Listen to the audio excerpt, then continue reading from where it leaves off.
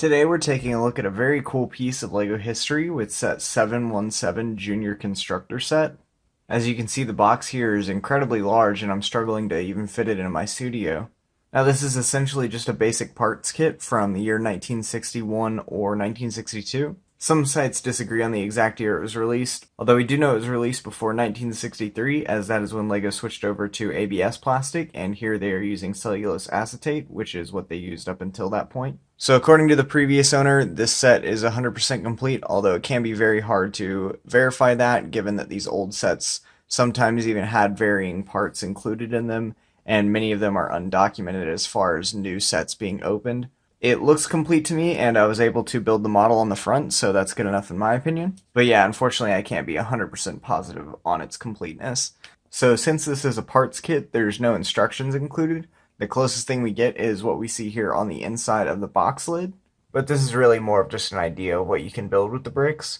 You've got a bridge, an airport, what looks to be like a hospital or a gas station, some various houses, another bridge. And then we have 4 steps of the actual house that's pictured on the front. Unfortunately, these aren't much of instructions either, as they do several layers at a time, so it can be kind of hard to tell what's going on, especially on the back side there. And because of that, I won't be doing a speed build for this, since it's not really a specific set, as I said before. And being able to build this house took me a good, 2 hours to try and figure out what was all going on, so I wouldn't want to try to do that again on camera. So here's the bottom of the box, and these are the leftover pieces after I've built the main house.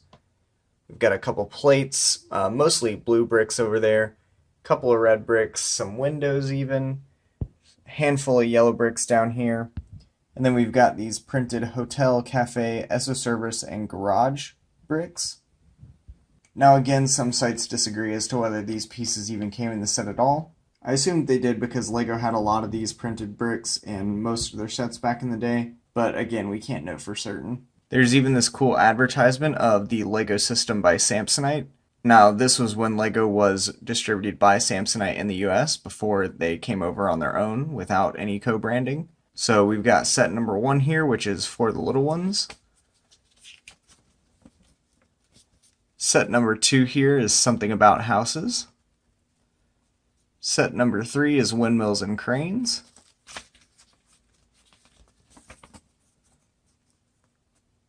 Here we have a picture of set 725 Town Plan, which is one of my LEGO Holy Grails, although I'm really not sure if I'm going to ever be able to own that, just considering how rare it is, especially with all those unique non-LEGO looking parts. A lot of people with the trees and the vehicles and the gas station stuff, they'll just throw those out because they don't even know it's LEGO. So that can be some of the most expensive stuff in those sets. Then we have set number 8, mainly for girls. That's pretty funny. Looks like a bunch of dollhouse stuff.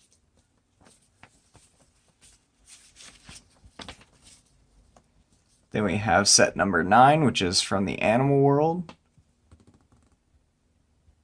Set number 10 is LEGO used as mosaic, which I've never even seen this before. That's actually pretty cool. And then the last one here is insane. I don't even know if this is an actual set or not.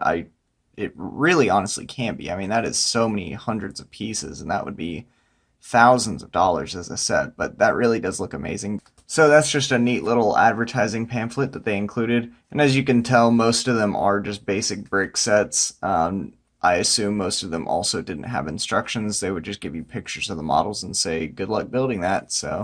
So here's that house model, and it's actually a pretty cool design in my opinion. It was definitely very modern for the 60s. Some pretty unique shaping with the overhangs and all that, and obviously I think this building style works well in LEGO because of LEGO's blocky nature.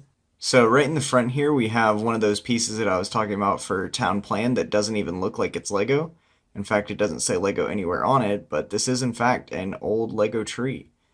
Now, according to Bricklink, this is supposed to be a dark green tree, and I don't have any other trees to compare it to, but to me this looks like just a normal green. Now I could be wrong about that, but in my opinion this is not the original tree that came with it, so just be aware of that. Either way though, it's a neat little piece to stick out in the front yard. So here it is. The set includes 4 of these 10 by 20 gray base plates, and then it's primarily made up of yellow and red bricks, and then as you can see there's a little bit of blue accenting, and then plenty of windows all around. If we look at this side, they've even got a garage built onto the side here. And then spinning it around, they've got a small back patio with a little bit more of the top section overhanging here. Then over on this side, you've got the balcony here with the door that comes out. And then you've got the blue chimney for a little more detail. You've got this nice looking entryway with the columns. And there's another door piece with some see-through bricks on either side, as well as some see-through bricks up in the top section here. That's pretty much it. There's no interior. It's almost entirely basic bricks and then these few window pieces. And so I wanted to show up close what I was talking about earlier with these bricks being cellulose acetate. So somewhere around 1963, LEGO switched to acrylonitrile-butadiene styrene plastic, also known as ABS.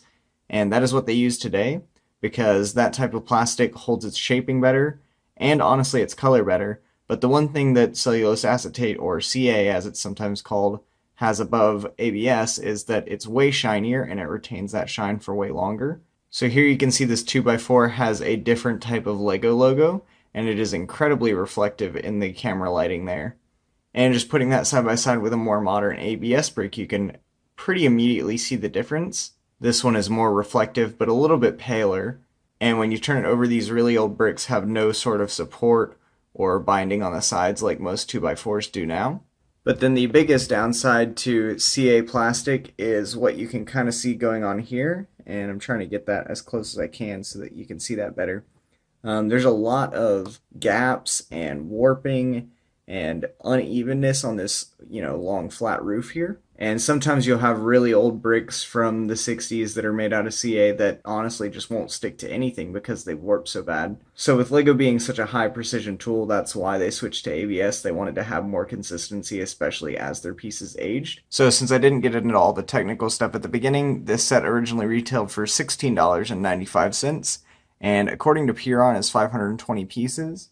I don't see that written on the box, and Bricklink disagrees with 512 pieces stated in their inventory. So again, we really can't be 100% sure what all was included in this. So adjusted for inflation, the set would have retailed for $147 roughly today. Now, Bricklink doesn't have a current use price on this set because I think there's only 4 or so listed right now. And the cheapest one is about $150, so pretty much the same as the inflated price. Although thankfully I didn't pay that much. I think I paid about half that for this one. But obviously if you're getting a set like this, you're not getting it because you need LEGO bricks to build with. If you just wanted 500 odd basic bricks, you could probably go to Walmart right now and get any one of the basic sets for like $20 to $30. My main interest in this set was, like I showed you, the really old cellulose acetate bricks, which I had never owned before, as well as the cool non-LEGO looking pieces like this tree that don't fit with LEGO and are quite hard to find. So yeah, I hope you enjoyed this look at a really old LEGO set and maybe learned something about the history of LEGO. And as always, thank you for watching.